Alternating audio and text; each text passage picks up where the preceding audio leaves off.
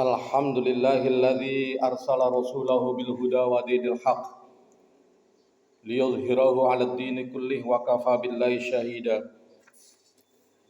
Ashhadu an la ilaha illallah wahdahu la syarika lah wa ashhadu anna Muhammadan abduhu wa rasuluh.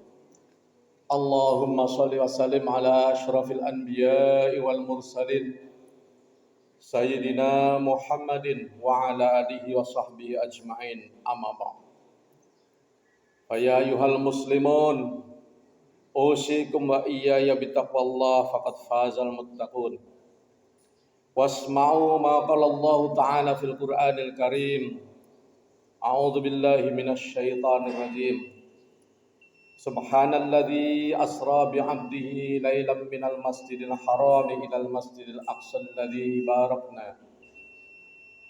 barakna haulahu linuriyahu min ayatina innahu huwas samiul basir. Shadaqallahul azim. Hadirin jamaah Jumat rahimakumullah.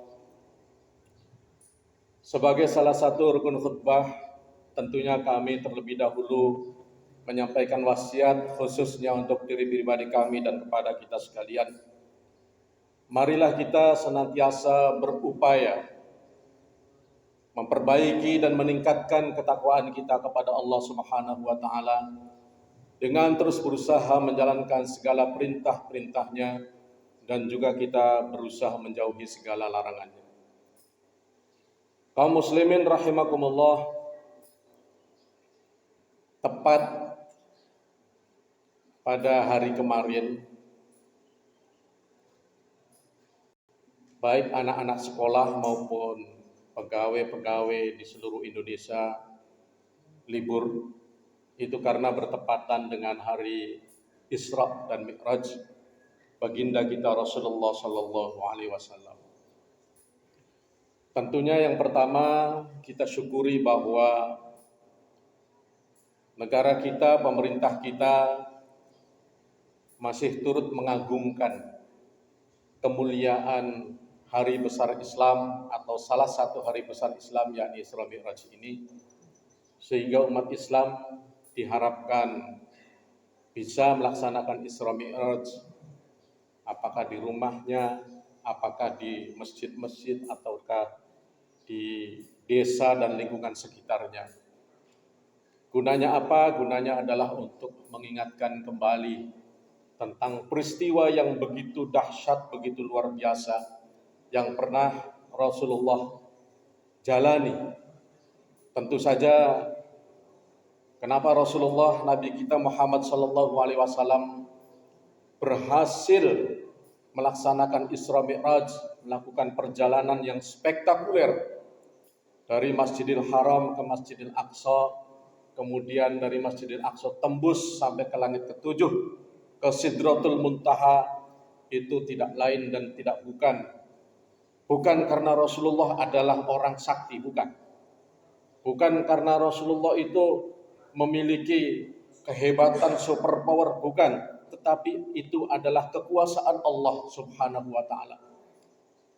Asra, ya, subhanalladzi asra, makanya kalimatnya itu diisrakan, yang mengisrakan adalah Allah Subhanahu wa taala. Tentu saja khutbah Jumat yang singkat ini saya tidak akan menyampaikan peristiwa Isra Mi'raj secara panjang lebar, tetapi saya ingin mengambil hikmah yang terpentingnya saja. Ya, anggaplah kalau tadi pertama kita bersyukur pemerintah Indonesia mendukung peringatan-peringatan hari besar Islam seperti ini. Yang kedua, kita mengambil hikmah dari peristiwa Isra Mi'raj ini, salah satunya adalah peristiwa ini telah terekam, insya Allah terekam sepanjang masa. Di dalam apa? Di dalam sholat kita. Karena di antara dialog Rasulullah bersama Allah ketika di Sidratul Muntaha itu terekam di dalam bacaan at-tahiyyat kita dalam setiap sholat kita. At-tahiyyatul mubarakatus sholawatut thayyibatu lillah. Assalamu alayka ayuhan nabi wa rahmatullahi wa barakatuh. Assalamu alayna wa ala ibadillahi sholihin. Itu sebenarnya adalah awalnya merupakan dialog antara Allah dengan Rasulnya, dengan baginda kita Nabi besar Muhammad sallallahu alaihi wasallam saat melaksanakan Mi'raj. Apa yang penting di dalam kalimat at-tahiyat ini? Itu kan kalau kita artikan mulai dari awal itu at-tahiyatul mubarakatus shalawatut thayyibatul lillah. Itu penghormatan Nabi kepada Allah. Kehormatan, penghargaan, kemuliaan hanya bagi Allah, hanya milik Allah. Kemudian Allah membalas, Assalamu alayka. Keselamatan bagimu, ayuhan nabi wa rahmatullah. Wahai Nabi Allah, wahai para Nabi Allah. Tetapi kehebatan Rasulullah sudah terekam di dalam sejarah bahwa Rasulullah itu manusia, seorang sosok pemimpin yang tidak ingin menyelamatkan diri saja, tetapi beliau berusaha bagaimana agar seluruh umatnya itu selamat. Maka jawaban Nabi saat itu kepada Allah, Assalamu alayna wa ala ibadillahi sholihin. Bayangkan saudara-saudara, Nabi tidak hanya menjawab Assalamu alayna saja, keselamatan bagi kami, bagi para rasul, tidak. Tetapi disebutkan selanjutnya wa ala ibadillahi sholihin, juga keselamatan bagi hamba-hamba yang soleh. Nah sekarang tinggal kitanya. Kita ini luar biasa. Sejak Rasulullah melaksanakan Isra Mi'raj, sejak sholat ditetapkan sebagai kewajiban, khususnya sholat 5 waktu, kita didoakan oleh Rasulullah, para sahabat Nabi, para tabi'in, sampai sekarang dan insya Allah sampai hari kiamat. Kita didoakan oleh umat-umat Islam, seluruh umat Islam sedunia yang melaksanakan sholat. Tetapi agar kita masuk ke dalam doa itu, tentu kita harus benar-benar sesuai dengan kalimat tadi, wa ala ibadillahi sholihin. Kita harus menjadi orang-orang soleh. Orang soleh itu arti singkatnya orang yang baik. Lawannya itu orang tolih, orang yang gak benar, orang yang tidak baik. Itu arti singkatnya. Tetapi kriteria orang-orang soleh itu ada di dalam Al-Quran, diantaranya adalah ada di dalam surat Ali Imran ayat 113 sampai 114. Kata Allah, orang soleh itu adalah yatluna ayatillahi ana al-laili wa hum yasjudun. Yang pertama, senang membaca ayat Al-Quran, terlebih lagi pada malam hari. Ingat ini, ingat perintah orang-orang tua kita dulu, Pak. Luar biasa orang tua kita dulu itu. Nah, kamu ngaji, biasanya ngajinya habis maghrib sampai malam. Itu kalau mengaji itu, kita belajar mulai dari alif, bata, dan seterusnya. Kemudian bisa membaca Al-Quran. Kemudian setelah dewasa, setelah kita tidak belajar sama ustadz lagi, tapi kita tetap mengaji di rumah. Setiap habis maghrib misalnya, beberapa ayat atau panjang-panjang lebih-lebih yang menghafalkan Al-Quran, insya Allah kita akan masuk menjadi ashabul Quran, sahabat-sahabat Al-Quran yang akan mendapatkan syafaat dari Al-Quran. Belum lagi yang terus didoakan oleh seluruh umat Islam. Yang kedua, wahum yasjudun. Orang yang soleh adalah orang yang tidak pernah tinggalkan sholat, khususnya sholat 5 waktu yang telah diwajibkan oleh Allah, merupakan perintah langsung kepada Rasulullah. Kalau perintah-perintah lainnya, Allah menyuruh malaikat melalui wahyu-wahyunya dikirim kepada malaikat Jibril, melalui mimpi dan sebagainya. Tetapi perintah sholat kita tahu melalui peristiwa Isra Mi'raj, Nabi kita Muhammad SAW menghadap langsung kepada Allah. Artinya perintah langsung. Itu menunjukkan bahwa sholat 5 waktu khususnya yang menjadi kewajiban umat Islam, baik laki-laki maupun perempuan yang sudah akil balik, yang perempuan yang sudah haid, yang laki-laki yang sudah mimpi basah atau sudah dewasa, hukumnya wajib, tidak boleh ditinggalkan sekalipun. Wah, mungkin ada yang merasa, wah kejam ya, sekalipun tidak boleh ditinggalkan. Benar. Bagaimana Pak Ustadz? Kalau lagi sakit, tetap harus sholat 5 waktu. Tapi ada rukhsahnya, ada keringanannya. Orang lagi sakit, Allah tidak memaksa sholatnya seperti orang sehat, tidak. Kalau memang dia tidak bisa berdiri sholat sambil duduk, boleh karena sakit. Tidak bisa duduk sholat sambil berbaring, boleh. Tidak bisa berbaring agak enakan, cuma kedap-kedip matanya, sholat sambil ketap-ketipkan mata juga boleh. Kalau memang kondisinya sakit, itu berarti sholat 5 waktu itu mendapat keringanan yang luar biasa. Dan itu menunjukkan bahwa sholat 5 waktu tidak boleh ditinggalkan sama sekali sejak kita balik. Bagaimana kalau bepergian? Ada rukhsahnya, ada keringanannya. Lagi naik pesawat tidak bisa sholat. Sholat di pesawat juga tidak bisa. Boleh sholat sambil duduk. Coba luar biasa. Wudunya susah. Boleh bertayamum. Tidak ada air, boleh bertayamum. Jadi ini menunjukkan apa? Menunjukkan penting. Itulah sebabnya mari adik-adik saya yang sudah akil balik, lebih-lebih saudara-saudara dan seumuran saya yang sudah lansia, yang sudah dewasa, mulai sekarang belajar untuk meninggalkan sholat 5 waktu. Kemudian apalagi orang yang soleh menurut ayat ini, yu'minuna billahi wal yaumil akhir. Mereka terus beriman dan mempertahankan keimanannya kepada Allah, kepada hari akhir, kepada hari kiamat percaya, kepada hari pembalasan percaya, kepada hari akhirat kita yakin bahwa setelah dunia ini selesai, kita akan hidup baru di akhirat kelak. Dan sebagai tolak ukurnya adalah kita mau di neraka atau di surga adalah amal kita masing-masing, perbuatan kita masing-masing selama di dunia. Kita hanya yakin bahwa Tuhan alam semesta, pencipta alam ini hanyalah Allah, satu-satunya Tuhan. Qul huwallahu ahad, katakanlah bahwa Allah Tuhan itu esa, satu, yakni Allah. Tidak ada Tuhan selain Allah. Dan sebagai seorang muslim kita tidak boleh menyembah selain Allah.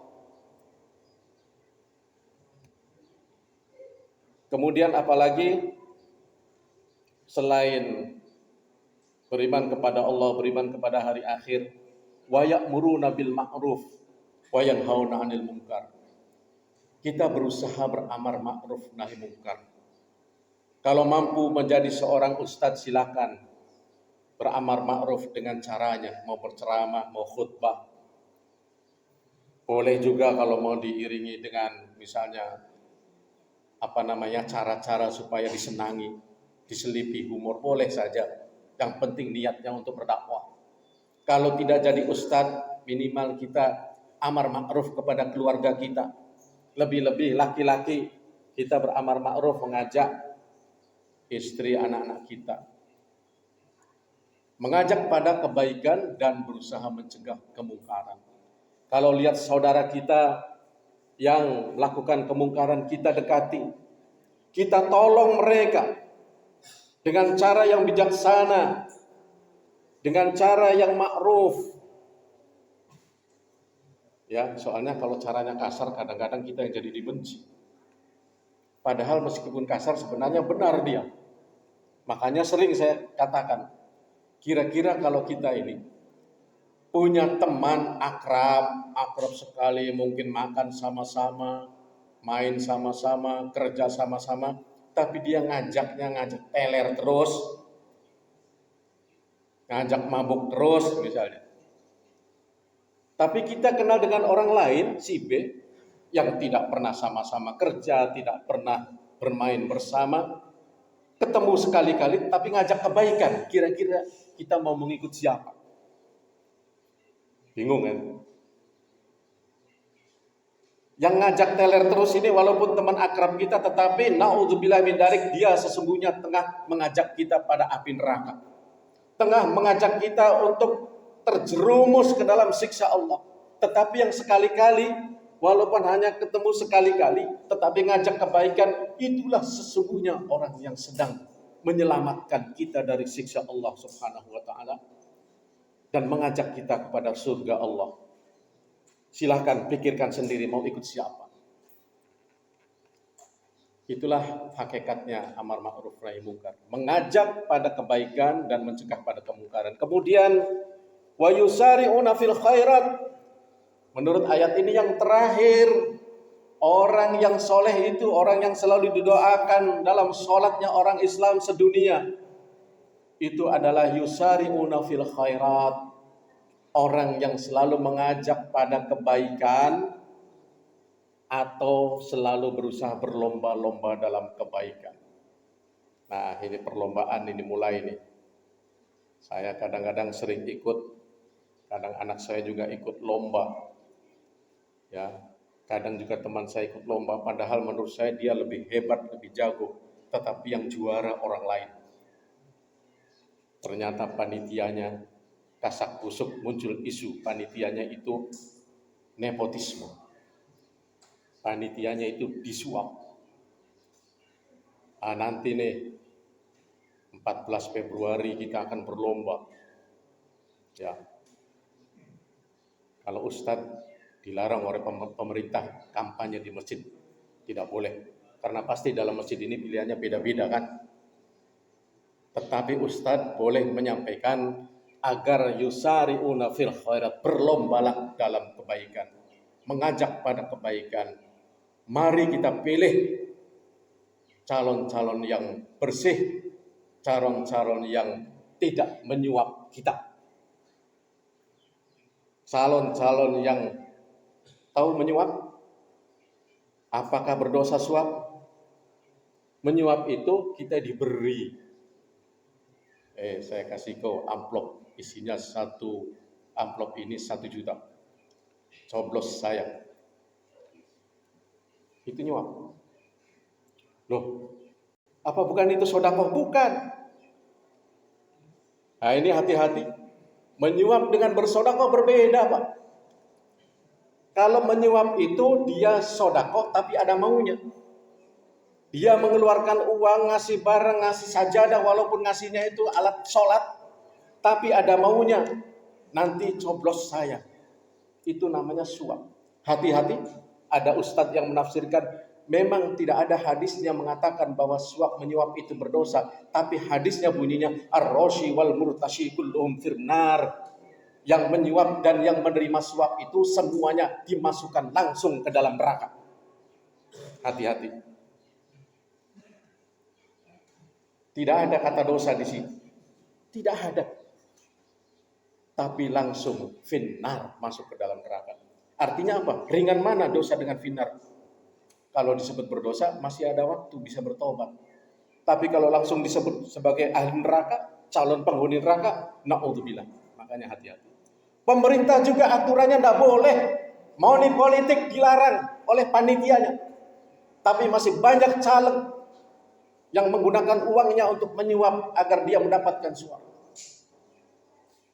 Padahal aturannya dilarang oleh panitianya, oleh pemerintah kita dilarang.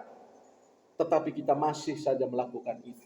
Maka sekarang bentengnya adalah bapak-bapak, kita semua. Bagaimana Pak kalau dia bilangnya sedekah? Kalau bilangnya sedekah, terima saja. Yang penting jangan dipaksa untuk memilih dia. Banyak teman-teman saya sering mengeluarkan uang Pak, tapi dia tidak pernah ngomong coblos saya tidak. Dia lihat madrasah butuh ini, dia sumbang. Lihat masjid butuh ini, dia sumbang. Orang miskin dia bantu. Tapi tidak pernah satu kalimat pun dia nanti coblos saya tidak pernah. Itu dilalahnya alhamdulillah, berkah sedekahnya, banyak orang mendoakan dia, begitu mencalonkan tidak perlu kampanye jadi. Itu baru hebat. Itu benar-benar sedekah.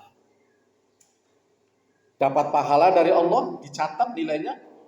Dapat kebaikan di mata masyarakat, dapat kursinya juga. Tapi kalau nyuap, kasihan. Belum tentu jadi, dapat dosa, uang habis, terakhir stres. Makanya di Jawa Timur, Jawa Barat, Jawa Tengah sudah banyak rumah sakit menambah tempat ruangan. Katanya untuk apa? Untuk calon-calon caleg yang gagal kemudian stres sudah disiapkan. Hadirin kaum muslimin rahimakumullah, inilah dua ayat di dalam surat Ali Imran yang ujung ayat ini berbunyi wa ulaika minas sholihin, dan mereka itulah adalah orang-orang yang soleh. Insyaallah mudah-mudahan kita terus beramal baik, terus mendirikan sholat 5 waktu, terus siap berusaha untuk menghindari, untuk menjauhi dosa-dosa. Insyaallah kita termasuk kategori orang-orang yang soleh yang selalu didoakan dan sudah didoakan oleh Nabi dengan para sahabatnya, para tabi'in, orang-orang soleh terdahulu, dan insya Allah juga akan terus didoakan oleh saudara-saudara kita umat Islam yang lain seluruh dunia hingga yaumul qiyamah. Amin ya rabbal alamin. Barakallahu li wa lakum fil Qur'anil azim wa nafa'ani wa iyyakum bima fihi minal ayati wa dzikril hakim wa taqabbal minni wa minkum tilawatahu innahu huwas samiul basir.